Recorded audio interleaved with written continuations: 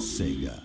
Hail, Flame here, and welcome to the FlameHisWorld commentary of Sonic Lost World for the Nintendo 3DS. Yes, there was a 3DS version, and those who know.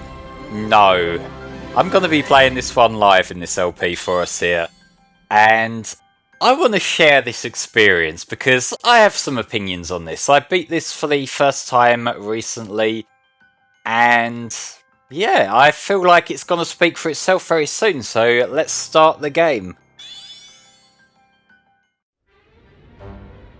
So the first thing that I probably do need to get out of the way here is, yes, these cutscenes do actually look like this. That's not a 3DS capture issue, that's not a compression issue, at least on my end. They are really this compressed in the game itself. It looks terrible on my new 3DS XL screen. Whoa, that's harsh! It's just kind of embarrassing to look at, really. And the thing is, like, these are very simple cutscenes. Like, obviously it's pre-rendered here, like, they're not getting this shit running like this on the 3DS, but, you know, these are the same cutscenes as we had in the Wii U version, just, you know, rendered off like the same quality as a 144p YouTube video. Yeah, that's kind of how I'm feeling right now. I committed to this playthrough, knowing what was to come, having beaten it already, but I'm doing it. I kind of figured that since it's been 10 years since I did the Wii U version on the channel, and this is one that I've just sort of always ignored, so you know what, I'll give it a fair shake. I've already kind of put my cards on the table about how I feel about it, but you know, there are some things that I do still like about this game, and I'll try to bring them up and show them off as and when it is appropriate. But yeah, this was kind of a big deal at the time, the fact that this is a handheld Sonic game that's also a 3D Sonic game, because prior to this, basically all of the Sonic games that you can think of that were released on handheld consoles, even if they had 3D visuals, they were still set on a 2D plane. You think things like, say, the Generations 3DS game, you had Sonic Rivals and Rivals 2 on the PSP, were both like side-scrolling racing games. Whereas this one, they've kind of taken the approach, they've got a behind Sonic's back kind of approach like you would expect from a console or PC Sonic game. And I've got to say, when it comes to the raw performance of it, the technical side of things, from what I remember from my playthrough of this game, it does hold up pretty well. It's obviously 30 FPS, which is not ideal, but also this was the 3DS in 2013. So, you know, like, it could have been much worse. If you remember that, like, the 3DS version of Generations was also running at 30, and that game was much simpler than what they're trying to achieve here. So, you know, the fact that they've got it running fairly smoothly, all things considered, you know, more power to them.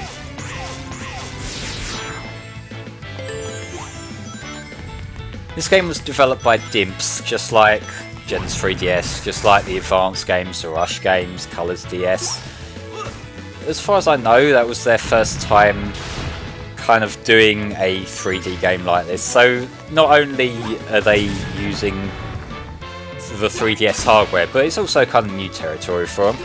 So I can see where some of the hold-ups came from. I'm not very good at timing these things, because just like the Wii U game, this does have some antics with relation to timing your homing attack. It's not like classic Sonic, well, not classic Sonic, but it's not like, say, the adventure games where you just homing attack willy-nilly. Like, no, you do have to do the Lost World specific wait until the exact right moment, let the homing attack basically charge up, which I wasn't a fan of in the Wii U version, and it's a lot more precise here. There's a lot more moments where you do have to just wait the entire reign of the charge up before you can actually do anything. Take it easy there. And I feel like I will make some comparisons to Lost World Wii U because they're the same story and they're obviously simultaneous releases of the same game, but they do take some slightly different approaches to various things. I would have gotten them all back by now. Save the rest of them. Like, just to highlight how bad the compression is on these cutscenes, look at Amy's name at the top of this, like, iPad thing, and now Sonic's name is so blurry you can barely read the text on the screen. But yeah, that was the tutorial level that we just did. There's Tails' lab. I forget what's in here. Let's have a little look. I think this is just settings. Oh yeah, there's the RC car thing that you can connect to the Wii U and basically send a little gimmick thing over to that. I've never done that. I'm not in any rush to. And remember Street Pass when that was a thing that a lot of people talked about? That's kind of a long time ago now. But yeah, let's get back to the actual game. That was the tutorial we just did, so let's go on to Windy Hill Zone 1. Not Act 1, Zone 1. It's doing the Sonic CD approach to naming schemes. One thing that I won't take away from Lost World is, for an opening zone theme, Windy Hill's music is pretty fucking great. Like, Lost World's OST on the whole, to me it's a bit hit and miss. I consider it a good OST, but not quite as memorable as a lot of other Sonic game OSTs. But for like a first level, like that's the one that you've got to make count, your Green Hill equivalent, and they did. It's a really good one. As for the power-up music that kicks in as soon as I start talking about it, like it always does in these LPs, they do like to reuse some stuff from other games. Like, you had Reach for the Stars there. I think the invincibility is Sonic Heroes for some reason. You get used to shit like that kicking in. Also, one thing that doesn't help this game is that, given it's a 3DS game, the smaller screen means that a lot of stuff that would be very clear in the HD game isn't so clear here, so I'm basically getting my excuses out of the way, because when I've played this on my downtime, like on my own time, I did end up getting twatted by a lot of things that I don't think I necessarily would have got twatted by if I were playing this with a higher resolution. But yeah, them ones, like the trouble I had with them in the tutorial, you do have to wait for them to have that white bounding box before you can actually get a hit in, otherwise it just does nothing. And I remember there were a couple of enemies like that in this game when I first played it that I didn't even realise that's what was happening, so I was just whacking like one kick after another, just wondering like, why isn't he dying? Like, I've kicked him like 7 times now and he's still alive and he's still doing the same attacks. It looks like he hasn't been hurt at all. But no, that's what it is. You do have to do like a full charge for them bigger enemies just to be able to do any damage at all. And just like with some of the problems I had in the Wii U version, it has a bit of a conveyance issue. It's not always entirely clear what it is it's expecting of you. And with the Wii U version, I feel like a lot of the problems I had with it got patched out. It was mainly the gyro controls, I remember being a problem with that. Not the case here. There is some stuff that we're going to have to do with gyro controls later on in the game, so I hope you're looking forward to that.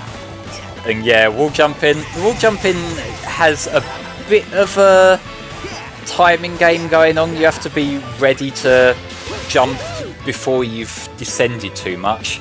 It's not that hard to manage once you get a feel for it, but it's a new player trap, I'd say. It did catch me by surprise to start with. I remember a section exactly like this in Generations 3DS. So thankfully I was prepared, sort of. I've got Generations on the brain. I'm actually recording this first world here shortly after we just got the trailer come out for Sonic Cross Shadow Generations, which I'm very much looking forward to. Oh, before I go off on that spiel, we have an entrance to a special stage has been unlocked. Do you want to give it a try? 1. I will show off 1. And you will see why I'm only showing off 1 in just a second. So, remember what I was saying about gyro controls and how they're still here, they never patched them out? So, yeah, the way it works, I've seen all this before, but you want to collect these blue orbs. But in order to do that, you need to just tilt your 3DS around, which easier said than done when not only is it like a full, like I've literally spun my chair all the way round and I think I might have just fucked up the audio somehow by pulling a cable out, I'm not sure. Not only do you have to do that, but also, because I'm recording this, I have both my USB cable, yep, that pulled the cable out. I have the USB cable coming out recording the footage, and I have my headphone jack. I feel like, yeah, this is fucking with the audio big time. I apologise for that, but not really much I can do with that right now. We'll see. Can I make it? Nope, I need more of these things. This is an absolute shit show, and I can't even... I'm losing me bearings already. There's a reset button. What's the controls? I know there's a reset button. Lock direction X. Okay, that will make this a bit easier. But I need to do like a full loop of my entire body first. So let's hold on to that. I realise this is a lot of mumbo jumbo that's not really helping you visualise what's going on, but like I say, once this one's done, that's it. I'm not showing any more off. Like that there, just to readjust that, I was literally holding the 3DS above my head while turned all the way around on my chair. And remember, this is a portable game. They expect people to be doing this shit in public. Oh, let's hold it for a sec with the X button.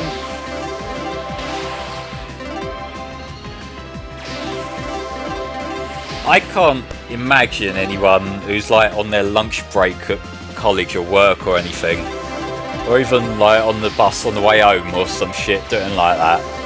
You know, like the actual fucking point of a portable game. Like, nah. I hope the audio's still playing ball, because I definitely did hear some crackling noises as the cable came out a minute ago.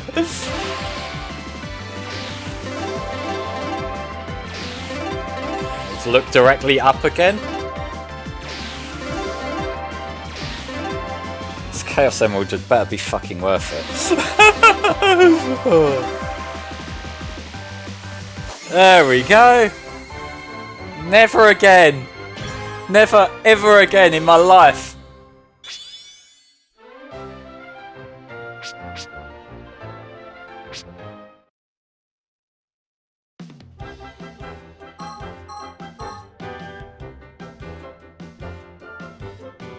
Yeah, there we go. If we want to replay it, we can go to the special world and replay it. I don't think I'm going to be doing that, but it's an option if you want it. So, on to Windy Hill Zone 2. It's the tunnel one. Gravity pulls things outward here. Okay, so the level design mentality, on a base level, it does take cues from the Wii U version. Like, obviously you had a lot of inside pipe levels in the Wii U game. The actual level gimmicks are usually where it changes things around, and same with some of these things you do with wisps. But yeah, when it comes to being an adaptation of the HD game, it's pretty much just the story and setting that it carries over. It's not trying to faithfully pull it down. Which, I've got to say, this is something, although, you know, opinions about this game can't speak for itself, that's something that I do kind of miss from this era. Because it feels like nowadays on the Switch, whenever you get a Switch version of a game that's like on PC, on Xbox and PlayStation, it's just the same game but at a lower resolution and with worse performance. Whereas here they did actually go out of their way to make a different version of the game that's actually tailored for the hardware it's on. And I understand that that's a bigger ask, you know, because they've had to give this over to another team to do this, rather than just downscaling the game they already had. But I feel like in some cases it does genuinely work better. It's like porting Frontiers onto the Switch wasn't a realistic ask. Like that version of the game, it's obviously the weak link compared to the other releases of Sonic Frontiers.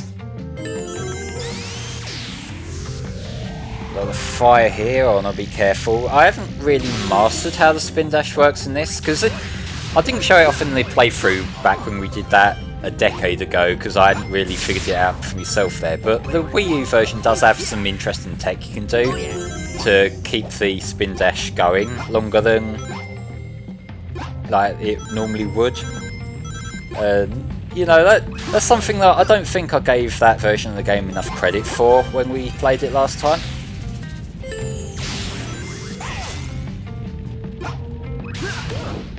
Okay, we got the fire shield, which wasn't in the other version of the game. I immediately lose the fire shield that wasn't in the other version of the game. I don't know why that didn't lock on there, but it didn't. Come on, lock on. Sometimes it just likes making you wait, and yeah, like I give Sonic games a bit of shit when they hold you up for going too slow, but credit where due, this is a handheld Sonic game. It's not the first handheld Sonic game to make you do this, because the Game Gear games did a similar kind of thing. And in both cases, I feel like that's just the system they're on, maybe not being built to handle having so much loaded in at once. So you can't really have a fast moving level like you might ideally want. So they do have to come up with ways to slow Sonic down so that it can still load in the next part of the level without you noticing. It's just sometimes it works better than other times. I shouldn't have done that, should I? The first death of many, although that one was entirely down to me being stupid.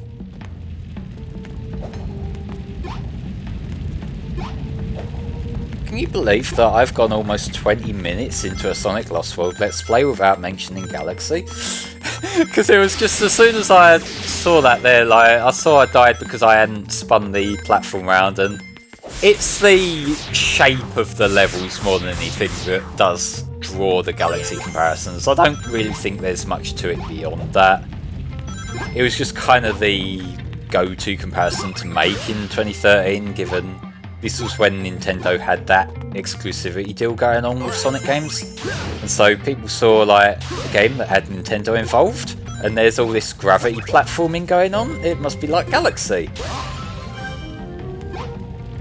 And I'm gonna go out and say something that I feel probably not many people can say this far in, but to this day I still have yet to beat Mario Galaxy, and it's just one of them games that I have wanted to set the time aside to play through in whole. No, I'm not doing another special stage, fuck that. But I just haven't got around to it. Like, I got around to beating 64, and I was glad to have finally got my full 120 star run of 64 down. But Galaxy, it's just sort of escaped me over the years. I've got the HD collection on Switch that I will get to one day. But, you know. Information 101. Bunnies to badniks. Boom! Instant army. It needs to be a big army if I'm taking over the world below. You are quite... Everyone's favourite character here, Zavok. Yes, I am. I conquered you, didn't I? You want to reword that one a bit, Eggman? Maybe? I finally destroyed that blue nuisance, Sonic. Eggman wants the little hedgehog destroyed. Yeah, well, I feel like destroying. Man, the Deadly Six really were absolute nothing characters, weren't they? They've tried bringing them back a few times in different things, and every time they do, I just sort of roll my eyes, because it's not even like they're actively offensive in any way, it's just they're such nothing characters, they provide nothing. They just exist, and they don't have any character beyond that.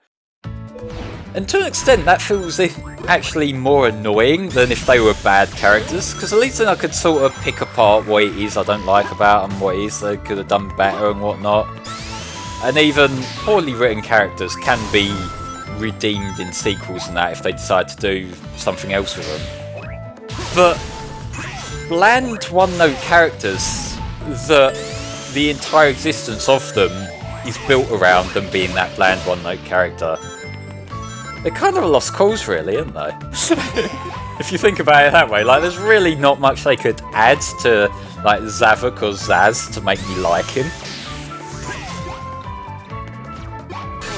I didn't even see the chameleon guy there. That's the sort of thing I mean, but again, he is the chameleon guy, so that's kind of the point. This does do the thing that the meta-era games like doing, and to be fair, quite a few of the cyberspace levels in Frontiers do as well, where it will shift to a 2D plane. It's probably, I want to say off the top of my head, probably about half and half. There's a lot more 3D going on here than there is in, like, say, the Wii version of Colours. I mean, that's a very low bar considering I could probably count on one hand the number of 3D sections in Colours, but you know what I mean, it's like, there's also kind of a division between the 3D and 2D levels. It's not so much like, say, Generations HD where they are mostly 3D but have a 2D section to break things up. It's like, usually there's a 2D zone and a 3D zone, or vice versa. So this is the wall running tech. You can just do like a spin dash on the wall to extend your wall run a little bit. This will be a very important mechanic to master as we go along, so you want to bear that in mind and you want to not do what I just did and forget that immediately. Because this game does like its one-hit kill sections, or like the one tiny little mispress and you're dead sections. Not so much in this level, like we have this safety route down the bottom, but don't get complacent on that, because it won't always be there. It's also very generous with rings. Did you see that there? That was a 50 ring box it gave me, just on a little ledge that I didn't even have to go out of my way for. There's quite a few levels I remember getting to the end and having like 300 odd rings going for me on. That was probably a mistake. But a mistake isn't a mistake if you can save it. Oh yeah. I'm trying to make this feel better for myself because I know how much shit's coming.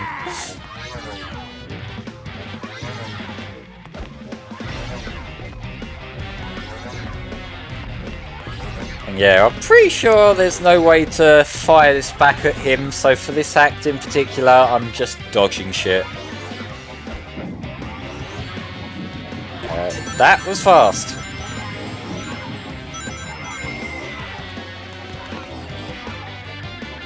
Do your thing.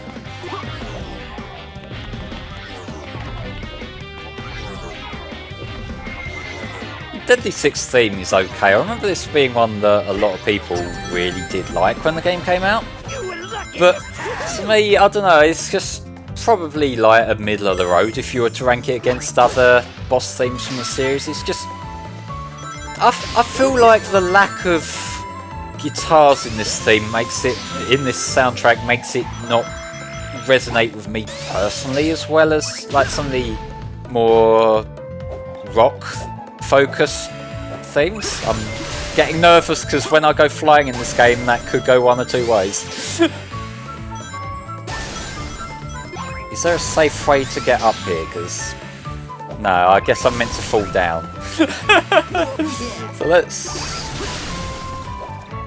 unless there's a spring on this here. Huh. Yeah, no, I must need to go a completely different direction. Okay, let's bounce on the cloud and see if that does anything. Yeah, this is where I'm meant to go. And I hate it when it does that camera transition like that, because it's so sudden. and it kind of becomes very easy to lose your bearings when it does it. Thankfully it doesn't really fuck with the control that much, but like I say, you know, you got your eye on where you're going and then suddenly that's not where you're going and it just becomes a problem.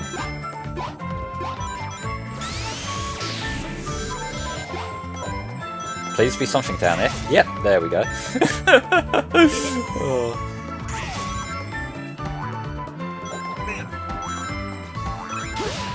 See, that was a section where if I wasn't expecting that sudden camera transition, that could have gone really badly for me.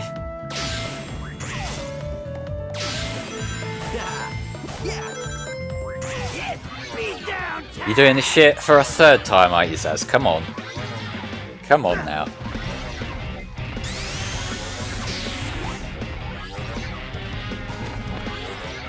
We're just wasting each other's time here, really, aren't we, mate? Come on.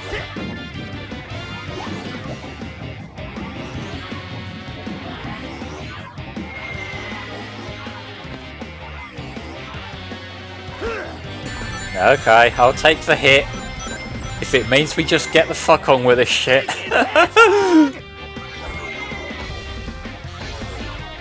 You were lucky this time. Finally. We can do a little better. I could do a little better. I'm not going to, though, if that's okay with you.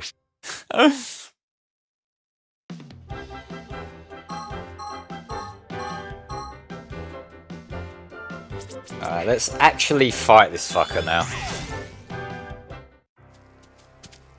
Hey, I've been looking for you, Baldy McNosehair. You said the thing. Friends. Unpopular opinion, Baldy McNosehair is funny. I will die on that hill. And they are your worst enemies. You can say what you want about the meta writing and how some jokes just don't land, You do things. but Baldy McNosehair is funny. With pleasure. I've been itching for a fight all day. I think you're itching because you need a bath. Burn! Are you disrespecting me? Maybe. I'm gonna mess you up. I'd love to stay and watch him disassemble. The stories weren't that great during the meta era, but Graf and Pontac did write some good lines. There's certain individual lines and character interactions that I think do hold up. I know the perfect spot to take care of you. That's funny, because I know the perfect spot to kick you. He's talking about his testicles. He's gonna kick him in the balls, guys. That's what Sonic's gonna do. So, boss time. You're going home in a box. The bosses in this game range from sort of nothing to a bit shit. I don't know why it wasn't letting me lock on there, but alas. So because I got the good charged up homing attack there, it did about half of his health, but sometimes it can be really fiddly as to whether it actually wants to target properly or not. But there we go. That was kind of pathetic now, wasn't it, Zaz?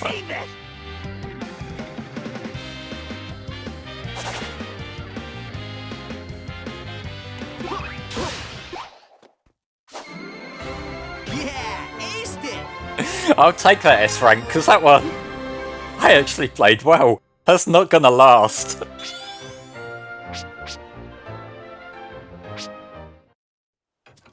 All right, we good to go or what, Tails? I've built a TV out of paper clips. Yeah, And reprogrammed a supercomputer using dishwashing detergent and a toothpick. I know. See, that's the sort of meta era writing that I think is a bit Biplane? overplayed. That's about as difficult as taking a nap. Okay, I didn't need your whole life story. A simple good to go would have been cool. All right. Good to go! Cool!